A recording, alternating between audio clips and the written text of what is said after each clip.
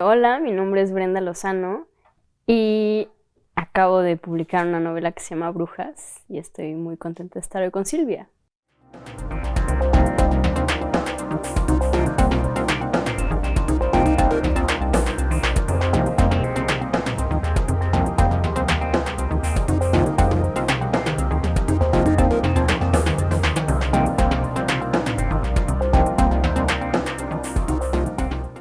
Estoy muy contenta de estar hoy con Brenda Lozano, a quien ya había visto cuando publicó Todo o Nada, Cuaderno Ideal y Cómo piensan las piedras. En tu novela Brujas, ¿cómo entraste a ese mundo del campo, de pueblo, con ese lenguaje que dominas también a lo largo de la novela? Los nombres de tus personajes. ¿Cómo lograste entrar a ese mundo? Ay, me encanta esa pregunta y te la agradezco también. Eh, Porque me pones a pensar, digo, y me recuerdas también al momento de empezar un libro, creo que, digo, no sé si a todos nos pase, pero yo me hago muchas preguntas, como desde dónde escribir, qué tiempo verbal, un montón de cosas antes de empezar propiamente a escribir. Y en este caso, me preguntaba mucho, ¿no? Cómo yo viviendo en la ciudad, habiendo estudiado la universidad y el posgrado en literatura, y cómo yo voy a escribir desde el punto de vista de una mujer de 60, 70 años, que ha nacido, creció en el campo y que además tiene los superpoderes del lenguaje y que además es una rockstar a la que la vienen a ver de todas partes del mundo, universitarios de Japón, académicos, Lingüistas. lingüistas. Yo me imagino que viene Chomsky a verla y viene, todos los rockeros vienen de todas partes porque ella tiene algo realmente muy poderoso. O sea, yo quería ser una rockstar, una mujer que hoy en día fuera así como boom, o sea, famosa por su poder con el lenguaje y que el poder que tuviera no fuera del dinero, digamos, que es como lo que más brilla, ¿no? Y que fuera una mujer del campo, indígena y que midiera muy poquito. Sí, unos 50. Sí, que fuera muy chaparrita. Eso me importaba mucho.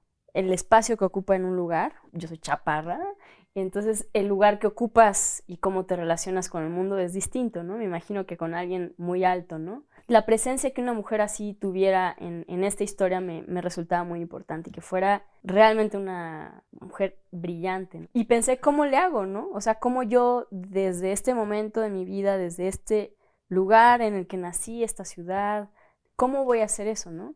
Y creo que eso es todavía el espacio y la libertad que nos da la ficción, ¿no? Imaginar eso y hacerlo, ¿no? Como aventarte y decir, claro, o sea, desde la ficción voy a hacer esto. Y cómo, pues, cosas que te pueden conectar con eso, metáforas. Yo veía muchas imágenes como del campo. Hay unas fotos divinas que sacó Juan Rulfo en los 50s, 60s, cuando trabajaba para La Llantera. Y tiene unas fotos divinas de México. Pero bueno, no solo eso, actualmente, o sea, en Instagram también puedes ver gente que sube fotos en comunidades, sobre todo producto de la imaginación, ¿no? Yo, por ejemplo, me preguntaba, ok, ¿cómo van a jugar ella y su hermana, ¿no? Feliciana tiene una hermana que se llama Francisca, que es como muy calladita y muy recatada y está cocinando casi siempre. Entonces, un montón de cosas creo salen de la experiencia personal o de la vida personal y de las cosas muy domésticas, pero como cuando estás haciendo un libro, cómo imaginar qué es ese universo o ese mundo en el que ella vive, ¿no? Y ese era para mí el placer más grande o el juguete más divertido, porque todo el tiempo estaba pensando cómo habla, cuáles son sus metáforas, cuáles son sus comparaciones, cómo habita ella ese espacio, cómo es ella en el mundo. Y eso para mí fue el principal juego, ¿no? O sea, cómo nombraba las cosas, qué la divertía, qué miraba, cómo comparaba, cómo es para una mujer que crece y nace en el campo a los 70 años ver una noche estrellada, ¿no? Así que se ve la cúpula celeste. ¿Cómo es para nosotros esa experiencia y cómo es para alguien que crece y duerme bajo esa cúpula? Y fue un viaje a ese otro imaginario de cómo contarse la vida desde ese otro lugar y pues claro que solo desde la ficción, porque no creo que no había otra manera de poderlo hacer, ¿no? Feliciana, tú antes mencionaste Uh-huh. que la venían a ver de muchos lugares del mundo. ¿Cómo se enteraban de ella? En la historia lo que pasa es que vienen unos documentalistas a México, vienen unos documentalistas de Estados Unidos a México y hacen un documental. Ella gana fama dentro de su pueblo y de los pueblos alrededor, porque Sí. ella hace estas ceremonias, sí, con las hierbas y los hongos y es curandera, como en la tradición en México ha sido. Desde Bernal, desde el Castillo ya hay noticia de cómo se ha curado, ¿no? Tradicionalmente. Y alguien publica un texto en torno a esa fama que tiene y el documentalista lee esta nota y dice, ¿qué está pasando aquí? Vamos a hacer un documental de esta mujer. Este documentalista la pasa en Nueva York, que es donde vive un banquero muy poderoso, y el banquero es el que viene a México y dice, wow, esta mujer, ¿no? Entonces me gustaba como que gente de distintos, como desde distintos flancos, en lingüistas, biólogos, músicos, cineastas, fotógrafos, como de todo tipo desde todos los flancos, se maravillaran, ¿no? Y también desde el poder. Pero Feliciana lo aprende del padre Sí, y del abuelo. sí, ella pues nace en esta familia de hombres, sobre todo, que han curado. Son curanderos que tienen, bueno, pues su prestigio ahí en el pueblo y los van a buscar, pero como pues como tantísimas historias, a veces mujeres que nacen en familias de líneas masculinas creen que no pueden o creen que no, como no son de esa línea masculina, no son capaces de hacerlo, ¿no? Entonces a mí me importaba que ella rompiera con eso y no solo eso, sino que lo exponenciara y lo explotara a una cosa que se le salía de las manos, ¿no? Y que al mismo tiempo a ella no le apantalla la fama, no se mueve de su pueblo, no usa zapatos ni los va a usar por más dinero que le den, o no va a cambiar sus costumbres o su forma de mirar el mundo por quien viene, ¿no? Ella siempre está como en su centro y tiene, digamos, el corazón y la mente y todo donde tiene que estar y nada lo mueve, ¿no? Si alguien la quiere ver, tiene que irla a ver.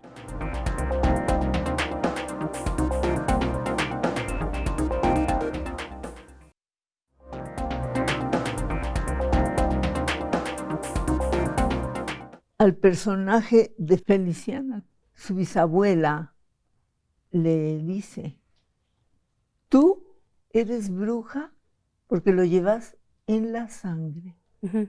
Tu padre, tu bisabuelo. Uh-huh.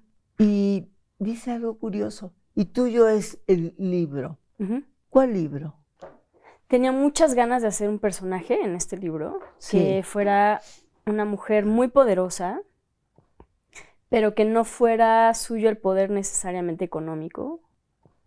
Y quería que el poder más grande que tuviera fuera el lenguaje.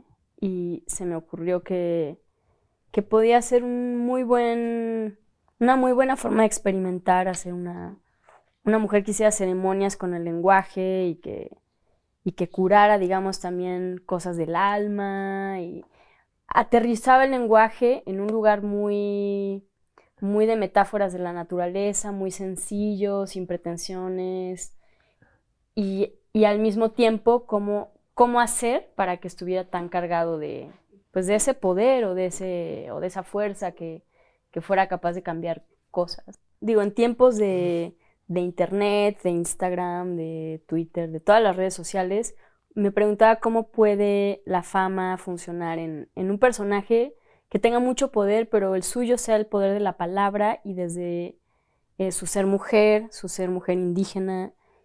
Feliciana lo diría. Todo porque alivié a mi hermana Francisca, los rumores corrieron y resulté ser una curandera. Ese es como el momento en el que ella descubre que tiene un poder más allá de lo que ella pensaba. Y yo quiero pensar que el momento en nuestra vida en la que descubrimos un punto sin retorno, ¿no? Como que llegamos a un lugar en el que ya no hay para atrás. Ya la persona que fuimos, ya no somos más, porque tenemos esta nueva forma de ser, ¿no? O esta nueva visión, o esta nueva situación en la vida. Y ella, eso le pasa, ella, digamos, era una curandera, pues bueno, sí, curaba, sobre todo le llevaban viejitos y cuidaba que los achaques y me duele la espalda y, ¿no? Y ay, me empaché, o sea, pura cosa como básica, ¿no? Pero nunca había estado en una situación de vida o muerte hasta que su hermana está muy grave y yo quería que eso, el afecto, la empujara a llevar algo que sabía hacer más allá. Ahí es cuando descubre eso que tiene ese poder.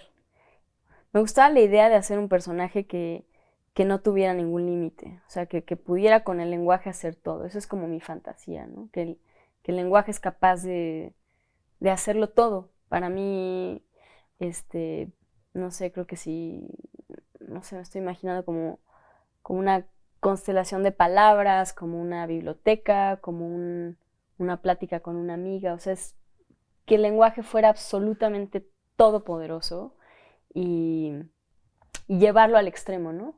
De curar a alguien que está entre la vida y la muerte, con sus hierbas, con sus formas tradicionales, que además es como todavía en muchos de los pueblos en México se cura, y que fue una combinación de elementos, ¿no? Sí, de la medicina herbolaria, sí, de la medicina tradicional, pero además que ella entendiera a través del lenguaje problemas más grandes, ¿no? Que pudiera curar. A veces una palabra puede curar una vida, ¿no?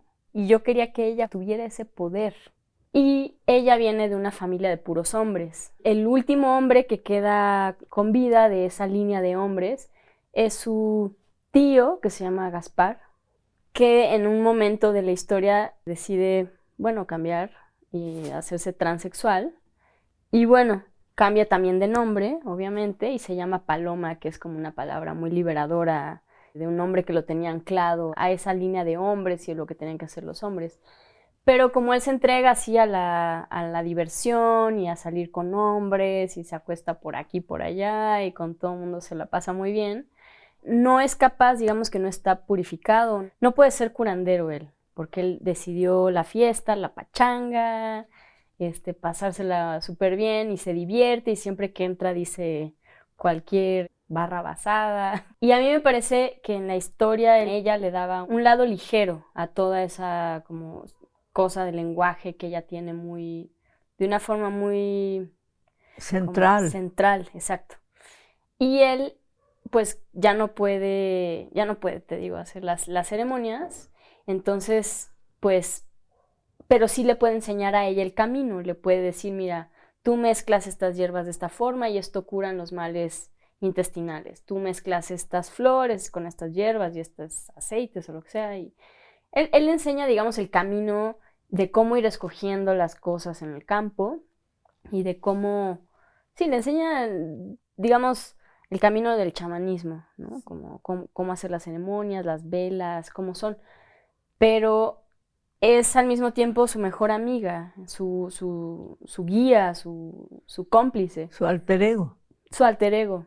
Sí, mientras ella, yo creo que son personajes muy opuestos, como que Paloma es súper ligera y bueno, obviamente muere por un crimen de género en el pueblo. Gaspar se convierte en Mushe, Sí, porque quiero que me expliques qué es Mushe. claro que sí.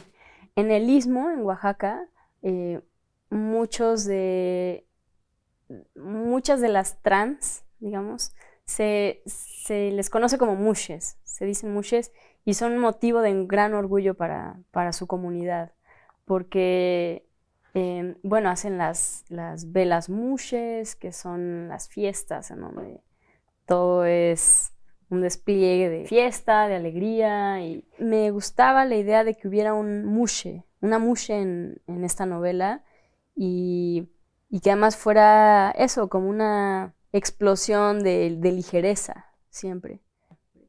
Aquí en la novela Paloma, Paloma. no es Mushe, el Mushe es Gaspar. Es que claro, digamos que cuando era identificado como hombre se llamaba Gaspar, pero se cambia el nombre. Es el mismo personaje y decide vestirse como mujer, se cambia el nombre a Paloma, que le da como una mayor libertad y ligereza, el nombre de una paloma blanca, que es el nombre Gaspar, que era el mismo nombre pesado de su papá y que parece como una carraspera, ¿no?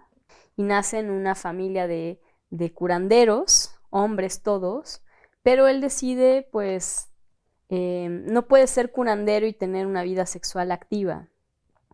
Y él le gusta la noche, y le gusta irse de fiesta, y le gusta divertirse, le gusta la vida nocturna, y deja de ser curandero y tiene un novio, ¿no? Una pareja, es una mushe. Pero sí es el mismo personaje, o sea, es alguien que hasta que es adolescente es incómodamente identificado como hombre y como Gaspar, hasta que llega un punto en el que dice, no, yo soy Paloma y yo soy mushe y me van a tratar como tal y me voy a vestir como tal porque yo soy mushe, ¿no?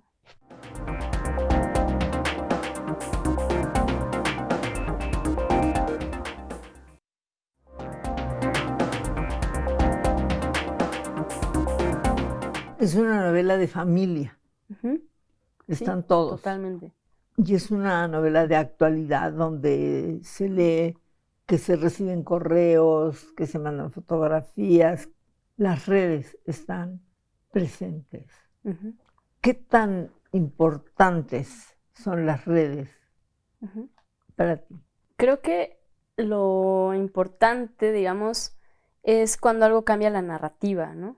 Digamos, en un movimiento social, en una protesta. Si una protesta logra cambiar la narrativa, es algo importante, ¿no? Entonces, creo que el hecho de que las redes sociales hayan cambiado eso, la forma en la que entendemos el mundo, en que la narramos, desde desde la velocidad en la que viajan las noticias, por ejemplo, las imágenes, ¿no? Todas las discusiones en torno a eso, todo el lenguaje nuevo en torno a las redes, toda la valía también que se carga en torno a, por ejemplo, si un tweet tiene likes, ¿no? O si alguien tiene una cierta cantidad de seguidores, entonces será una persona que dentro de un sistema económico va a tener un mayor valor que alguien que tiene pocos seguidores, ¿no? Entonces, me interesa mucho cómo eso cambia justo las narrativas, ¿no? Entonces, creo que es interesante como en un cóctel así haciendo como una especie de alquimia o de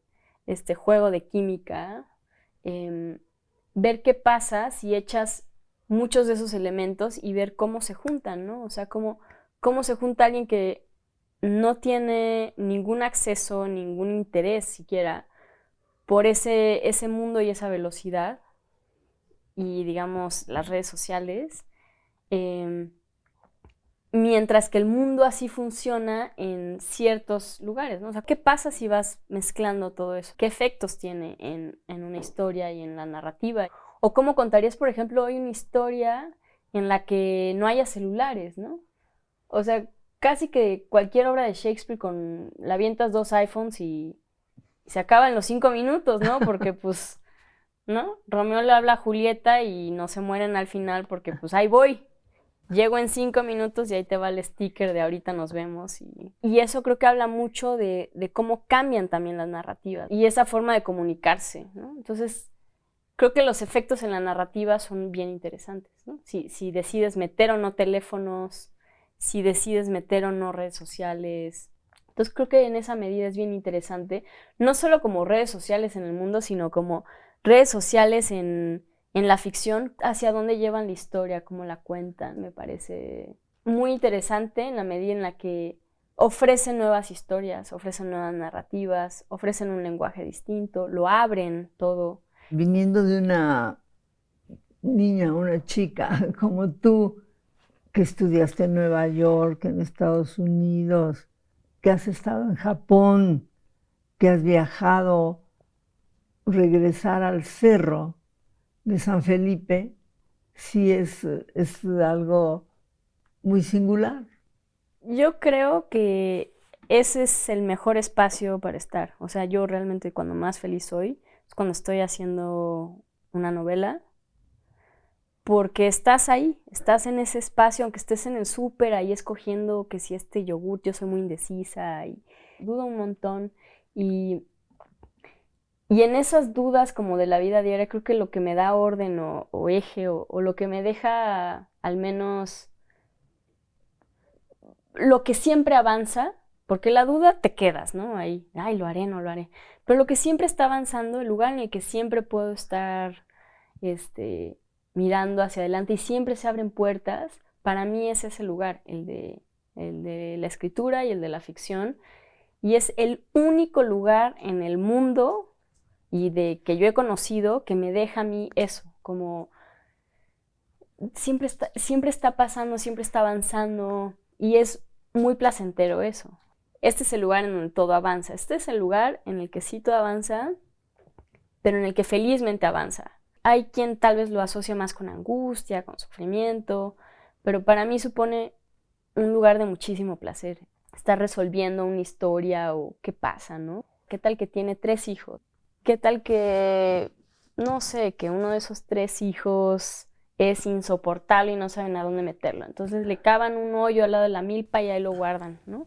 Pero el Sí, niño que lloraba. sí, su hijo que nació en una familia de muchísimas mujeres y es insoportable y es con un machito de botitas y lo echan en un hoyo para que llore y a veces ahí le avientan una tortilla. Pero como estar en eso, estar pensando en esas cosas, como cómo resolverían esto, ¿no? Entonces, ¿por qué no que cabe en un hoyo? Y ahí echen al chamaco, ¿no? Hasta que se esté ya más tranquilo. Cosas así, como estar pensando en esas salidas, creo que hace que, aunque estés en el súper escogiendo yogurts, indecisa por si el de la izquierda o el de la derecha, o si estás en la calle caminando o en una parada de, no sé, de autobús o lo que donde sea que estés, eso es como un lente que hace que todo esté bien, ¿no? Aunque haya cosas en tu vida que estén tambaleándose o haya cosas en tu vida que te duelan o que te hagan cuestionarte cosas más grandes. Ese espacio creativo y ese espacio, creo que hay muchos otros complementos, pero ese es muy central. Gracias, Brenda. Qué feliz haberte tenido una vez más en Tratos y Retratos. Muchísimas gracias a ti y a tu equipo, todos divinos. Estoy muy feliz. Es mi primera entrevista sobre este libro, lo cual hace muy especial y te lo agradezco con el corazón. Con Brenda Lozano y su nueva novela Brujas, Silvia Lemus.